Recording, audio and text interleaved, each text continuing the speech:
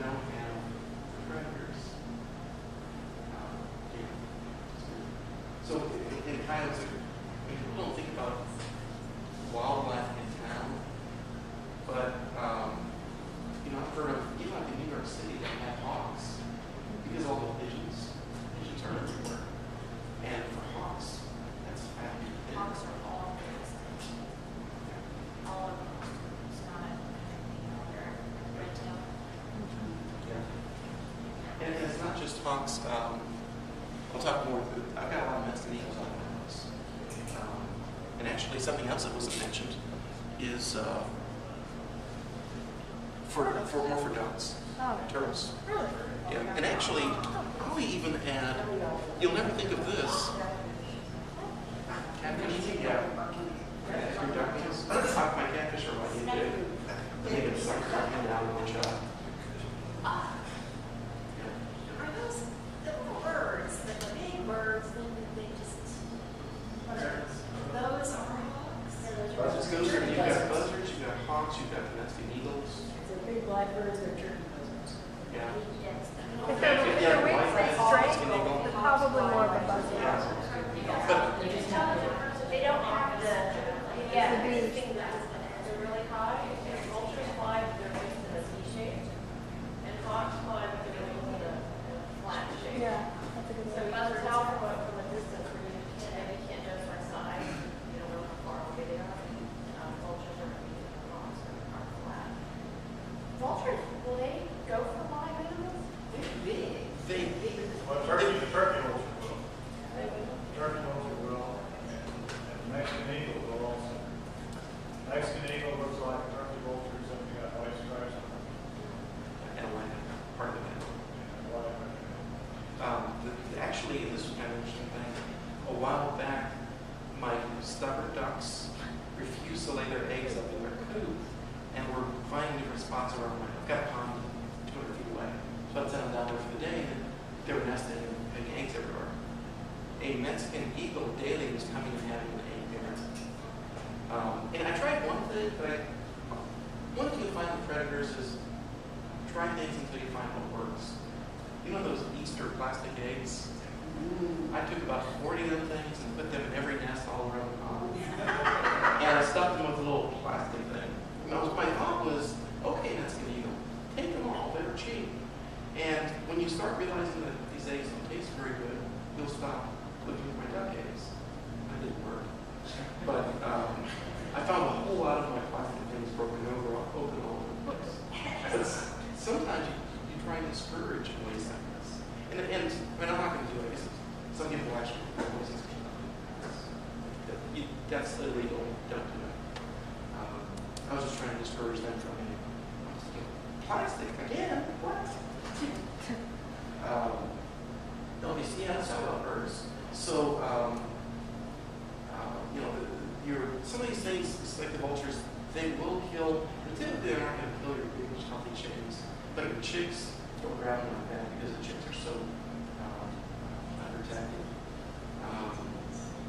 Most of these birds are, and I hate to say this, vultures are protected in Texas. You can't kill them. Unless you can prove that they're a nuisance animal, they're protected. Obviously they're going to keep them with airports and such. But I don't know, I wouldn't want to kill them. That's the illegal way. Hawks, they're beautiful birds. Oh, sorry, thank you. I said, who wants to kill an eagle? That's completely un-American. The hawks, they're another beautiful bird that you don't want to go after.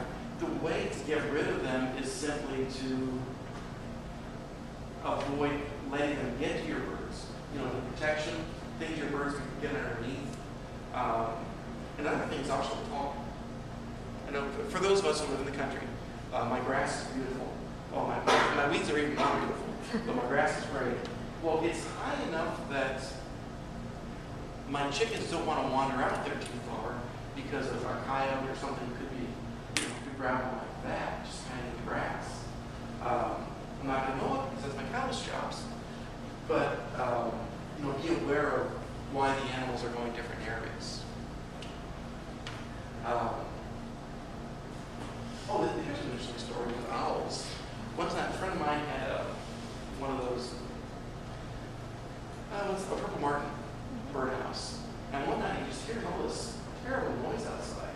And an owl had come and landed on one of those purple martin houses and was just trying to tear off the roof. And I guess one of the birds stuck his head out to the opening and just grabbed it. But, you know, the owls, they can be pretty clever. I mean, they're beautiful animals. Another protected animal, don't shoot them. We've got the giant horned owls down to smaller varieties around here. But, you know, as long as where your chicken, now some people, oh, my chickens go roost up in the tree. Well, that's the kind of place that an owl can do. And then they disappear. There's no evidence, there's not a feather. You know, it's a grab and go dinner for these predators. So that's another reason for getting a coop. One thing, you know, the city's doing all this stuff trying to get rid of roosters. And I mentioned this a little bit earlier. There's two phrases I hear from people. There's one, and the second one follows a few weeks later. First one is, my rooster's a pain, I'm getting rid of them. And then 2 or 3 weeks later is the expression, what a mistake, I wish I still had my rooster. The rooster is, the hens, they make eggs. So they are busy eating all day long. They're focused, they're pigs with feathers, that's what my wife calls them. Actually, the ducks are the pigs with feathers. The chickens are a little close cousin. But, you know, the hens are just eat. They just, you know. But you know, if I was pumping something that big out my butt, I'd eat all day too. The rooster's job, he's got 2 or 3 jobs. But the first one is, he's the constant lookout. For anyone who doesn't have a rooster, because your hens are doing this running around. Your rooster, it's like he's posing for a magazine.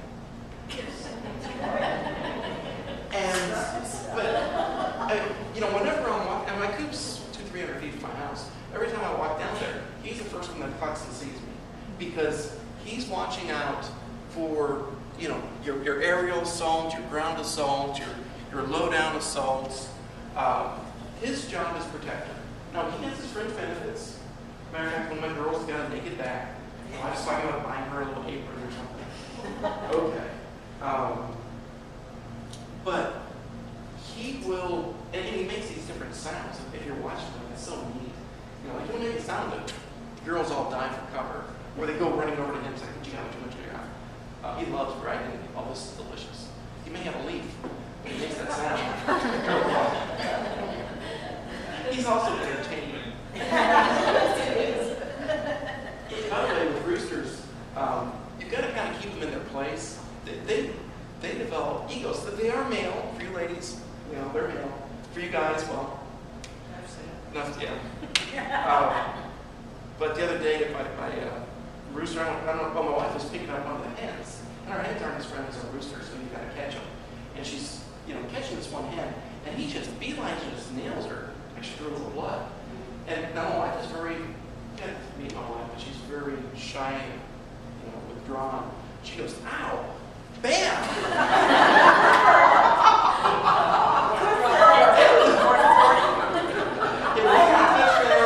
But it was a good 10-foot launch. You shouldn't have done that. No, exactly. You know, it's one of these things you've got to correct them immediately. He hasn't done it again. It's been a few weeks. But if you let him start being aggressive and withdrawing, he's going to take you out. That's just the testosterone in him. And actually, something you can do with roosters, I don't want to get too far off topic. Let's see, talk about hiding places. Cats and dogs. I'll go into the domestic area now.